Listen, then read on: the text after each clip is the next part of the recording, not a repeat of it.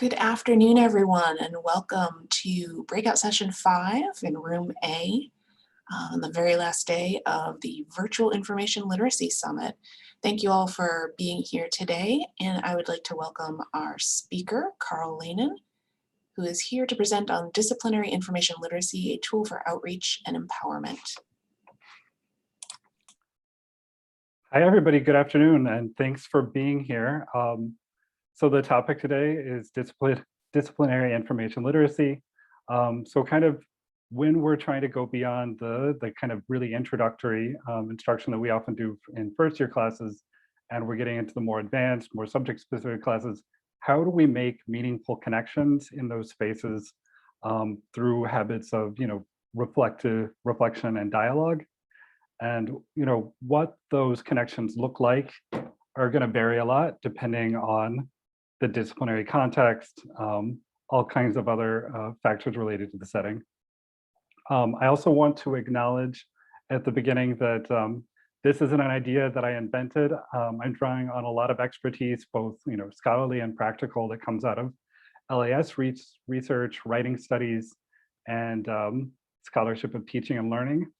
And I also want to acknowledge the expertise that we have in the room here with us. So I'm hoping to share some interesting ideas, some interesting ways of thinking about this issue, but I'm also hoping to serve in some capacities as a facilitator for, in making a space for us to reflect and share expertise together as a group. I come at this, I'll self-disclose, I come at this as a liaison to departments that include modern and classical languages and linguistics. And I do have a literature background, but it's, English literature, and that helps, but I'm not an expert in, Austrian, Spanish, Latin American, French literature. I definitely don't speak all those languages. So I do feel like there's a certain amount of translation that has to go on. So I'm going to start with a poll. Basically, yeah. So do you work with a discipline? And if so, which ones? And I'll give you about 10 seconds to complete this poll. Let me see. Okay, so the poll should be up. What disciplines do you work with? And apologies, I'm sure there are people I left out.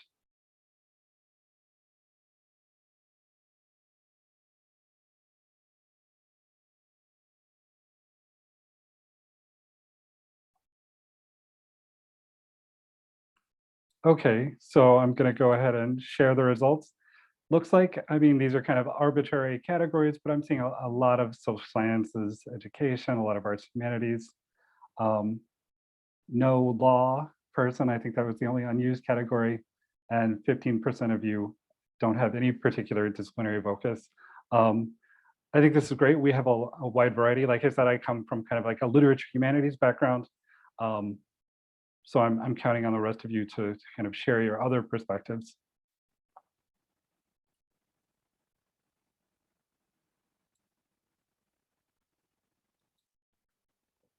Okay, so in the first part of the presentation, I'm going to offer some general definitions and kind of sketch out my general approach to thinking about disciplinary information literacy. And then we'll turn to kind of some specific ways of reflecting on it and engaging in dialogue. So we're going to start really basic. What is information literacy? And we'll start with the obvious place, which is the framework definition, which says that it's this set of integrated abilities encompassing the reflective discovery of information, the understanding of how information is produced and valued, and the use of information within communities of learning. And that last part about the communities of learning is the part that I'll really be emphasizing today, that this is an activity that takes place in particular times, places, settings with real people. So some questions then about my definition. So I'd like you to use the chat for this, and please don't be shy. What examples come to mind when you think of a community of learning? And please, even if you feel like someone else has already said it, put your 2 cents in. I would love to hear from people.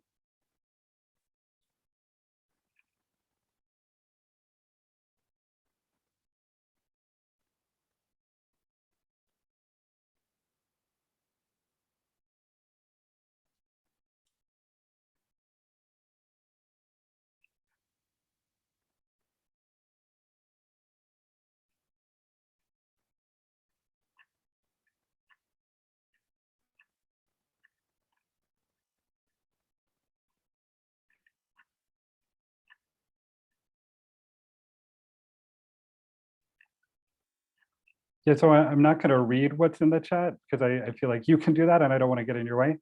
But yeah, I'm seeing a lot of different examples. And I think it's good at the outset to have a capacious view of what a community of learning can be. It's like today I'll be thinking mostly about classrooms and academic disciplines, but it can be book club, professional organizations, um, all kinds of things. And you may know, I think a lot of the really interesting research on kind of communities of practice and communities of learning right now is taking place in, you know, uh, things like, how do firefighters learn?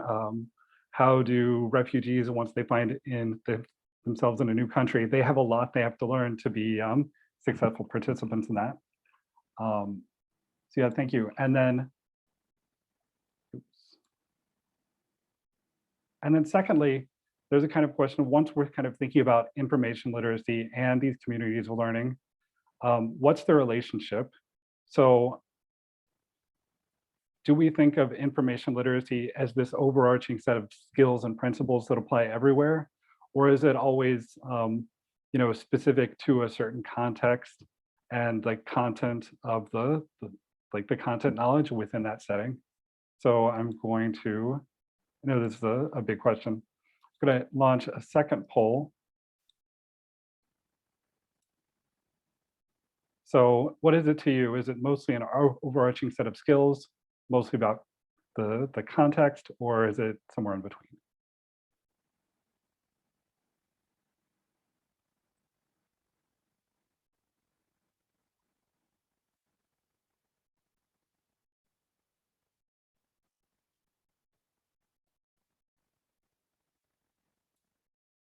Okay, so I'm gonna go ahead and launch the poll.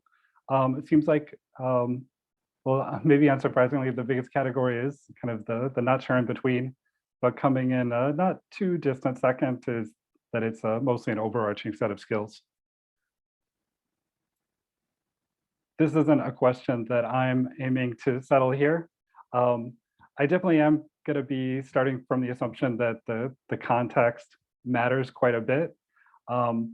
But I do think we bring a certain kind of perspective, a set of skills, a set of questions that enable us to engage really productively with those specific contexts. And that the more that we can kind of learn about how things work in that specific context, or in this case, like a certain academic discipline, the more effective we can be in reaching out to those people. And yeah, Steve, I think that's a great point about generalizing the skills that one learns in one specific context. So the specific communities of learning that we're going to be talking about today and focusing on are disciplines. And so next definition, what is a discipline? And this is, Tony Becker in his book, Academic Tribes and Territories, defines a discipline in terms of 3 dimensions. So there's the disciplinary epistemology, understood as the actual form and focus of knowledge within a discipline. This is what we think of as the classic content and methods. So what are they focusing on and how are they focusing on it? But they also make the point that what a discipline goes far beyond like the intellectual content. It also includes, secondly, the phenomenology of that knowledge, the ideas and understandings that practitioners have about their discipline.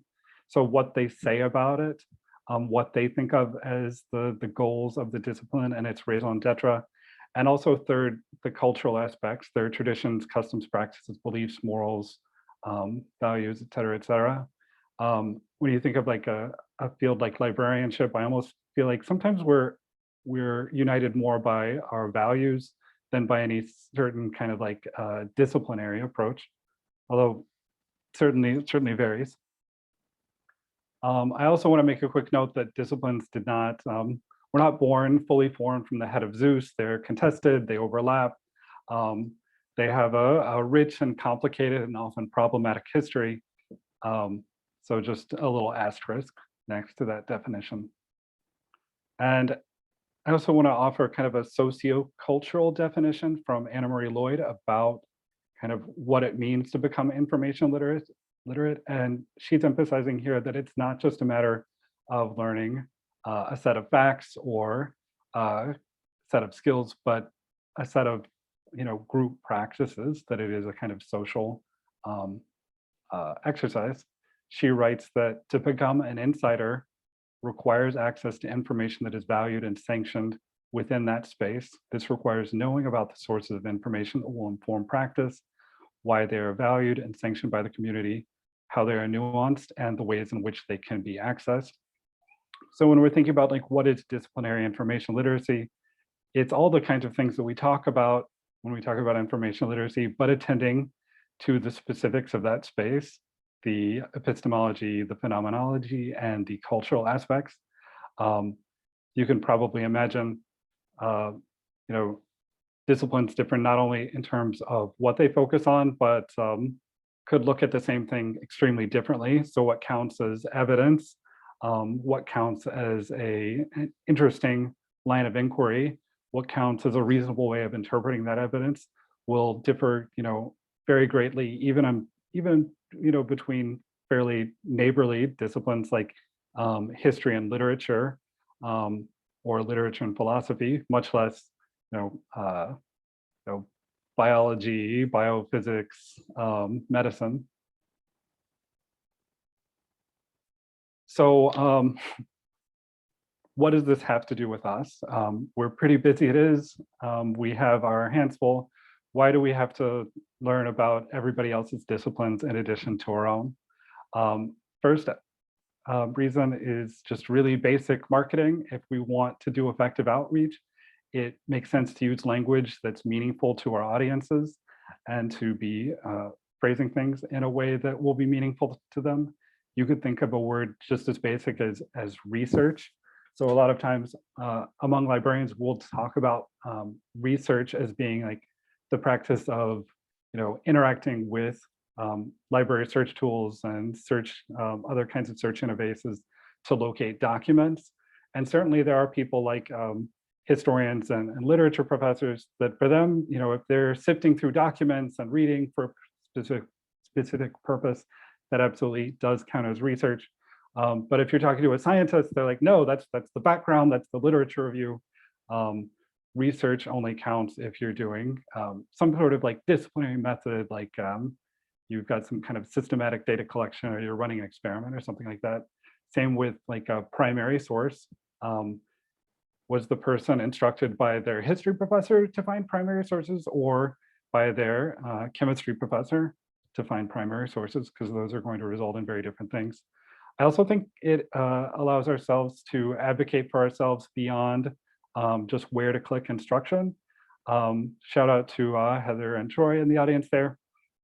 And to kind of go beyond the kind of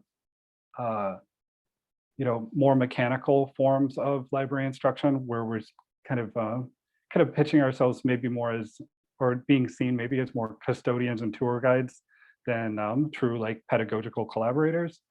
And I also think it allows ourselves to advocate for students as disciplinary discourse mediators. So this is a concept that was, I think, originated by Michelle Simmons in her article that's cited there below.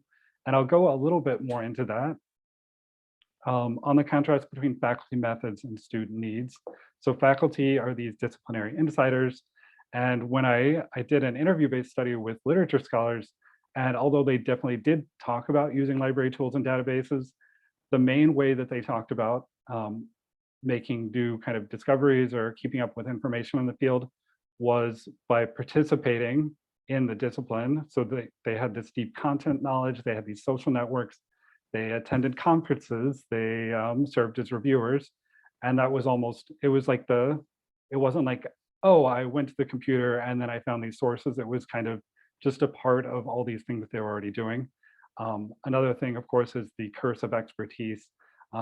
They are often practicing, very high level sophisticated skills, but they may have forgotten how they learned those skills, or maybe even that they had to learn them at all, which can put them at a disadvantage when they're trying to teach students to do it like they're doing.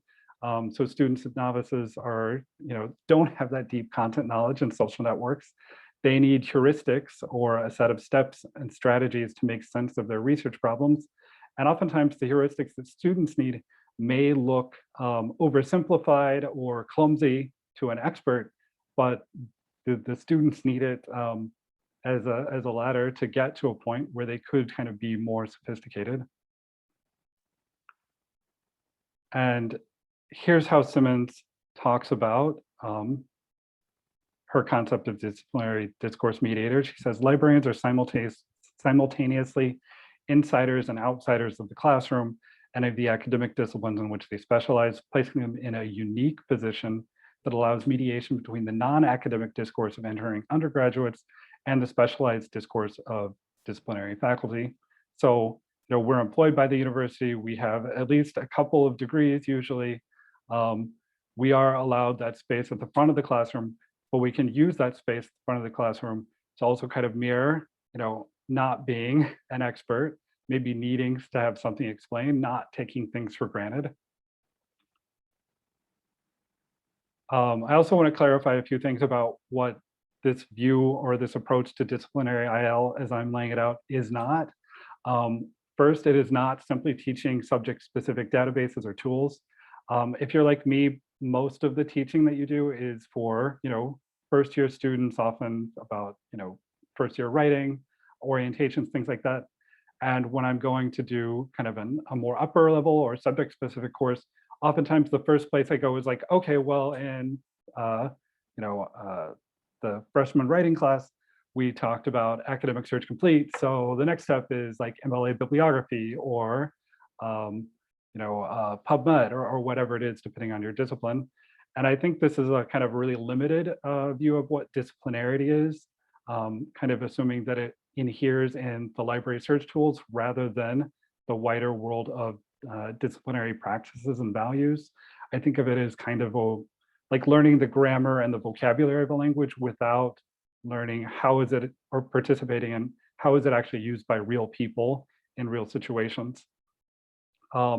Secondly, it's also not a mandate to try to pass ourselves off as content discipline experts. If you go back to the disciplinary discourse mediator idea, really should find a way to abbreviate that. Our outsiderness is just as important as our insiderness. So if we speak in an accented way, that's actually a good way of kind of denormalizing some of the conventions of the discipline. So I think the goal is to learn kind of about how the discipline or the context works, not to go out and like try to get a bunch of extra degrees and become experts ourselves in all of these things. Thirdly, it's also not trying to assimilate students to disciplinary norms. It's not saying like, oh, internalize this. Like I said, disciplines are pretty problematic. Students encounter many different disciplines in a day. So the goal is to kind of like name and relativize those disciplinary norms and practices so they can kind of see them as being a specific solution in a specific context. And part of their repertoire rather than, something they, have to be torn in, 5 different directions for. Okay, so this is the part of the presentation where we change gears a little bit from general kinds of definitions and kind of theoretical approaches to exploring some different ways of kind of both reflecting on disciplines and hopefully gaining or engaging in a little bit of dialogue about them. So I think one of the first things is to just get thinking about how disciplines are different from one another to kind of name them in their specificity. And I'm going to have us do together one activity that I've done both with some colleagues and with first year graduate students, but I think it could work with upper level undergraduates as well. And basically I start with a diagram that shows, basically it's a huge act of hubris. It's trying to divide up all academic disciplines into 4 major quadrants. And then it is trying to offer descriptions of them. So, but what I do is I show it to them first without any labels. So that's what I'm going to do with all of you too. I realize there's a lot of text here, so I literally am just going to stop talking for at least a minute and give you some chance to read them. And as you read them, I'd like you to think about, are there any patterns that you're noticing here? And are you noticing anything about, do you have any guesses about what the categories are being referred to here? And with that, I am actually, like I said, just going to be quiet for about a full minute.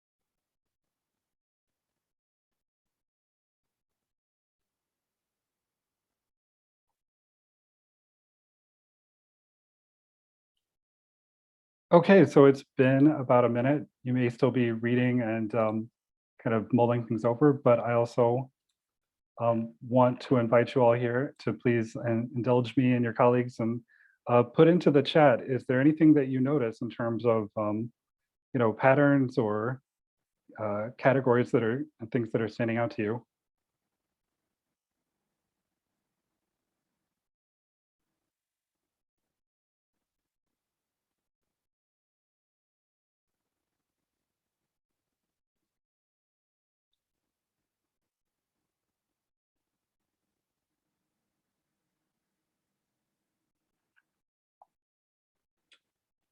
Yeah, so there's a contrast between conceptual and practical knowledge, maybe quantities and qualities. Any guesses as to what any of the categories refer to?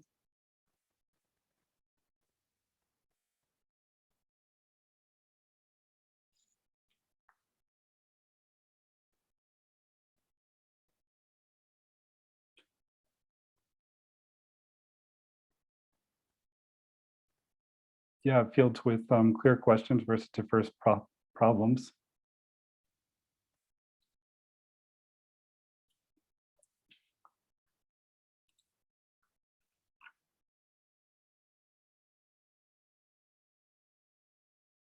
Yeah, Francis and Chris, good guesses. So you've indulged me for long enough.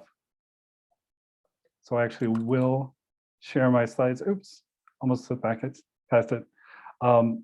So we have on the left here our horizontal axis, hard and soft. Personally, I prefer natural and social, but that's what background travelers say, so I'm reproducing it.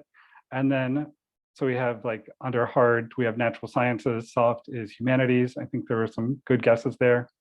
And then we have on the right, their applied counterparts. So hard being kind of things like engineering and medicine that are aiming to solve problems in the physical world, and applied social science like law, education, and I would include a lot of LAS research here too, I think, trying to solve kind of social or kind of people-oriented problems. And yeah, business could definitely go in that too. And I'm glad, Francis, yeah, that you enjoyed trying to figure it out. And Steve, I agree that I tend to, as a humanist, I think, oh, social science is so completely different.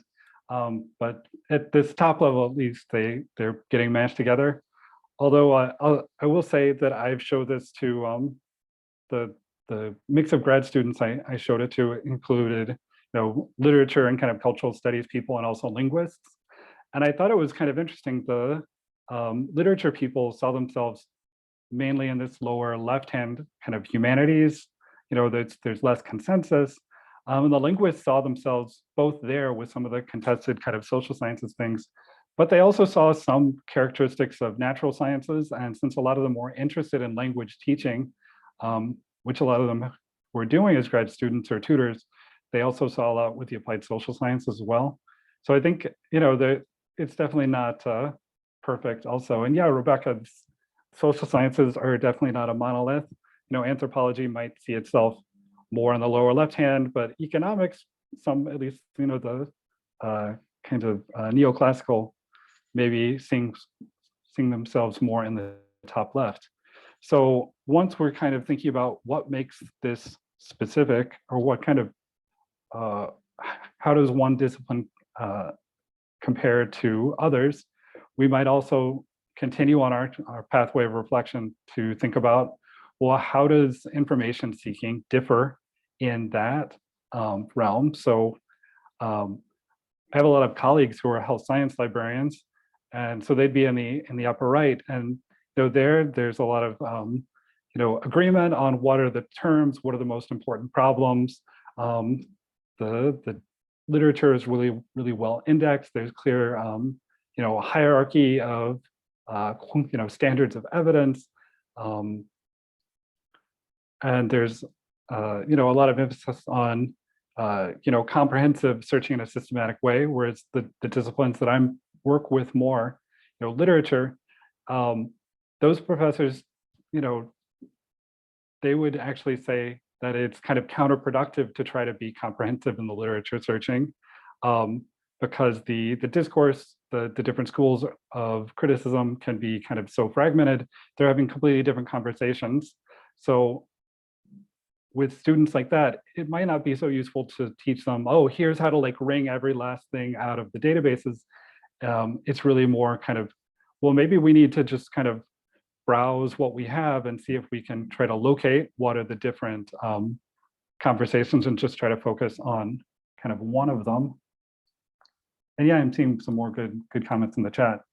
So I'd ask you to kind of think about, so for the disciplines that, maybe you have worked with or studied or are more familiar with, are there ways that they do research that's different?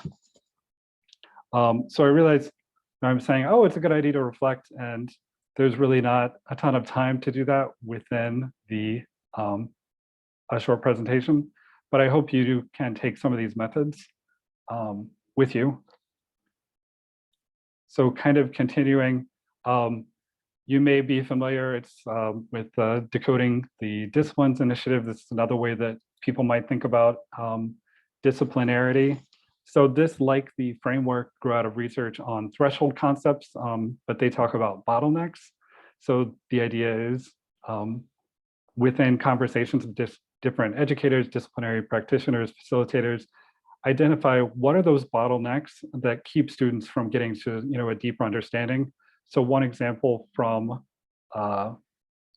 biology is that beginning students often have a kind of flashcard knowledge of biology. They can name the different parts of the body and what they do, but when they're thinking about, or when they're asked to think about how do these parts work together as a part of an organ system, or how do these different organ systems interact with one another, the kind of atomized knowledge sort of falls apart. So in these conversations, the idea is to say, so what's the more complicated skill that they need to be able to practice in order to get that deeper understanding, make that tacit knowledge explicit and provide opportunities to learn, practice, and receive feedback on those kind of upper level skills that are often tacit for the expert. So I won't say too much more because I'm guessing a lot of you are familiar with this, but there are a lot of really great resources on their website if this is something that you want to explore further. Some downsides of the process is it is very time consuming. It also, requires a lot of participation, and looked at in a certain way, you could say that it emphasizes a kind of a deficit model, focusing on student bottlenecks, what they're not getting. A kind of more flexible approach comes from an article by Sarah Miller, which is using the framework to ask questions about disciplinary information literacy. So basically, you look at a frame and then you think about what questions could I ask about how this frame works in a certain discipline or subfield or other context. It can be used with librarians, faculty, or mixed groups, and it's very open-ended and flexible. You could use it in and as part of like an all-day retreat, or it could be, a short exercise that takes, 10 minutes. Well, that would be pretty rushed, but just, one little part of a meeting. And if you're interested, I highly recommend checking out the article. So kind of how it works is she describes her process, and then for each frame lists a lot of different questions. But I think if you're using it as reflection, it's almost more useful to try to come up with your own questions. So a few things to think about here are, like, for scholarship is conversation, what are the most important ways knowledge circulates within the discipline? Or what strategies students actually have to evaluate the published research in the field. Something I came across in doing some research related to this was that even at the graduate level, physics professors don't expect beginning graduate students to have enough expertise to evaluate, the appropriateness of the methods used in published physics articles, and really expect them to rely a lot more on faculty guidance, which I think is a surprise to some of us who are in a more kind of humanities, social science kind of approach. I'm going to end up rushing a little bit through the last part of my presentation, but I think kind of once you start taking these kind of dialogic and reflective approaches, you can find that you don't necessarily, it becomes easier to pitch, what a learning objective or a learning activity could look like, not in terms of users interacting with like our systems and our tools, but in terms of researchers' own kinds of processes. So going back to Daniel Ellis did some really important studies in the 90s and before, just interviewing scholars about what do their research practices look like, how do they describe them, and again, library tools come in, but that's not the focus. That's not how they organize their thinking. So he came up with a lot of different kinds of activities and phases. Three that I'm going to highlight are surveying and browsing. So getting familiar with a new area of literature, following citation chains, and also monitoring or keeping current. And this was something I kind of took as an inspiration for a graduate student orientation. And I kind of, after I did it a couple times with less than satisfactory results, I kind of thought, okay, what they need is not just like a general overall tour of everything in the library, but a kind of ways of starting to practice more expert research methods. So for surveying and browsing, I had them, identify different kinds of background sources like handbooks that could be useful. We did an activity about citation chaining, and there was an activity to try to get them to start practicing monitoring. So go to a relevant journal, and maybe they had to ask a professor, what would be a relevant journal for stuff I'm interested in? Browse those recent issues and try to kind of map out, like, what are the main themes that I'm seeing? What are people talking about? What are the main methods? So that's one way you might adapt from a kind of a library-centric teaching activity to one that is more user-centric. So I have some resources here that I'll also paste into the chat in a little bit. different things. If you're wanting to further investigate what does research look like in a certain area, there's a lot of really useful resources on published literature. I'll pause just for a moment on my references. And I'll say thank you for listening, and I'll open it up for any questions and discussion.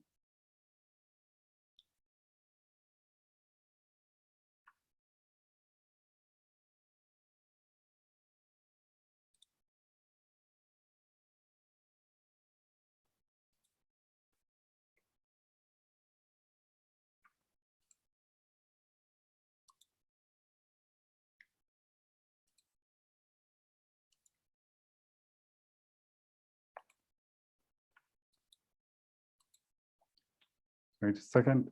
So I said I would put some resource links in the chat. Therefore, I'm just going to take a minute to kind of look at what's been going on in the chat. We did have one question. Has collaboration with faculty played a part in the development of this approach? Certainly, like conversations with faculty. I think it also comes from kind of my background. Before I went into librarianship, I was in a PhD program in literature. So I kind of experienced that, like going into library school, getting all kinds of, that more general knowledge of the library and library tools that I thought like, oh, wow, this is so powerful. And then kind of going and applying that in the wild with upper level students and kind of seeing what approaches are working and what aren't. But certainly, and in some ways, as far as collaborating with faculty, I feel like there is that thing that comes up where faculty don't always know what we can do, like where they say, that just those kinds of typical requests that you can get, like, oh, just can show up and give us a tour, show us everything about the library. And when I said like, oh, well, instead of giving them database tours that they're going to forget, 2 weeks into the semester, maybe this could be like more of a professionalization exercise where they really think about kind of long-term research skills rather than simply, let's learn about this one database that, the interface may change next month.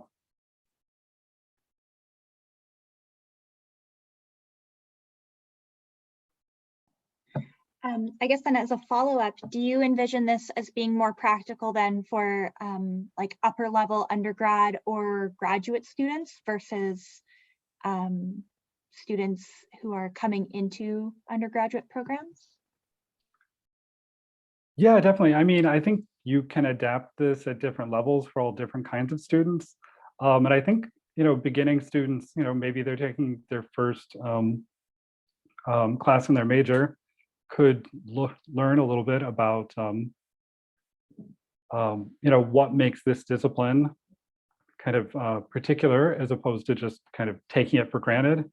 But I do think that it's, maybe especially useful for, the advanced undergraduates and the graduate students who have some kind of more familiarity.